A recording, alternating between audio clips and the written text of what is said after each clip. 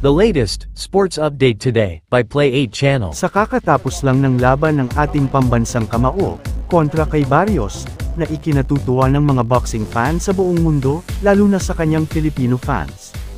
Barrios wanted to punish Pacquiao. That's a nice left, and then a jab, and reach advantage. 6.5 inches taller. Kahit ang resulta sa kanilang laban ay nauwi sa isang draw, ngunit panalo pa rin siya sa mga mata at mga puso ng kanyang mga fans. Bukod pa niyan, malaki rin ang kanyang kikitain sa laban niya kay Barrios, na aabot sa mahigit kumulang $17 million na katumbas sa hindi bababa sa 800 million pesos. Ayon sa Celebrity Net Worth website, ang net worth ni Manny Pacquiao ay umabot na sa $220 million o katumbas sa hindi bababa sa 11 billion pesos. Congratulations sa ating pambansang kamao Manny Pacman Pacquiao sa kanyang new achievement.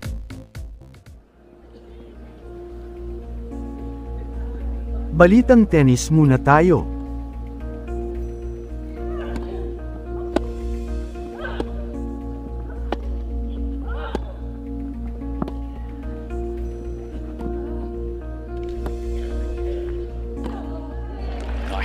Ang ating pambato sa tennis, na si Alex Ayala, ay nasa 69th place na ngayon, na dati ay nasa 56th place sa WTA World Ranking.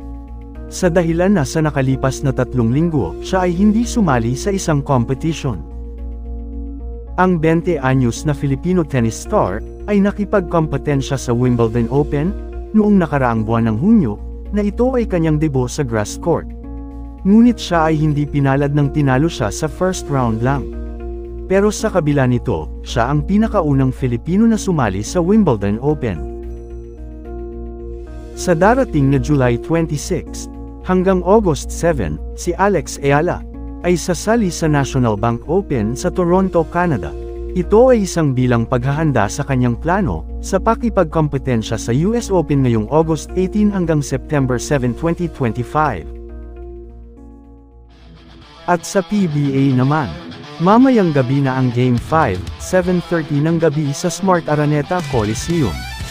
Ang Beermen ay leading 3-1 sa kanilang Best of 7 series kontra tropang 5G. Ang koponan ng Beermen ay pangungunahan ng 12th time Best Player of the Conference na si Junmar Fajardo, samantalang si RR Pogoy sa koponan ng tropang 5G. Alright mga boss, salamat at laging subaybayan ang sports update, dito lang sa nag-iisang Play 8 Channel.